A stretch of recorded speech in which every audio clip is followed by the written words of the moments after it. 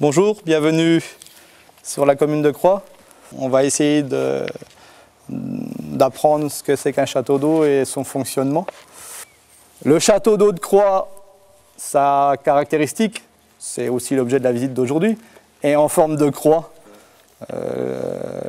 La relation est simplement là, un village de croix, château d'eau en croix. Les châteaux d'eau sont entre guillemets récents. Les châteaux d'eau datent du 19e siècle. En France, on a 16 000 châteaux d'eau. On dit souvent qu'il y a 36 000 communes. Je simplifie, c'est quasiment un château d'eau pour 2 communes. Ça fait énorme. En comparaison, l'Allemagne n'a que 3 500. Un château d'eau, c'est un réservoir qui permet de stocker et de réguler.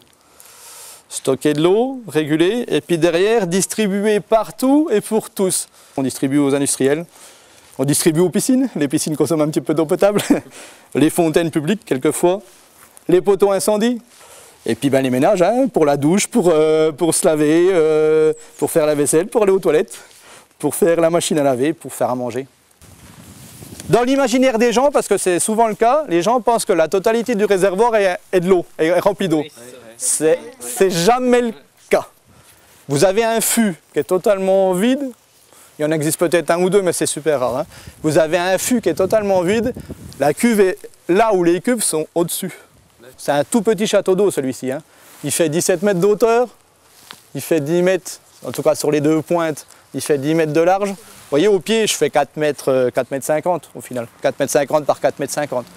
2 cuves de 75 mètres cubes. C'est petit. Vous avez des piscines qui font 75 particulières. Hein. J'ai un grand escalier qui prend le plus de place. Et on a principalement 2 conduites d'eau. Une qui permet de faire descendre l'eau pour la distribuer, et puis celle qui est juste derrière vous, qui permet de faire monter l'eau jusqu'en haut du réservoir.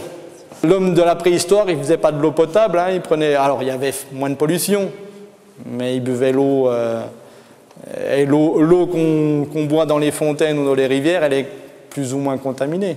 Mais on était protégé de ça.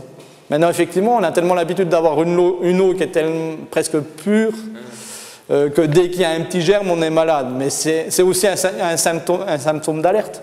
C'est une eau qui est potable, donc qui ne porte pas atteinte à la santé humaine. Non, c'est pas forcément mon château, non, absolument pas. C'est un équipement de mon infrastructure d'eau potable. Voilà. Mais c'est vrai que c'est sympa d'avoir un château d'eau en forme de croix.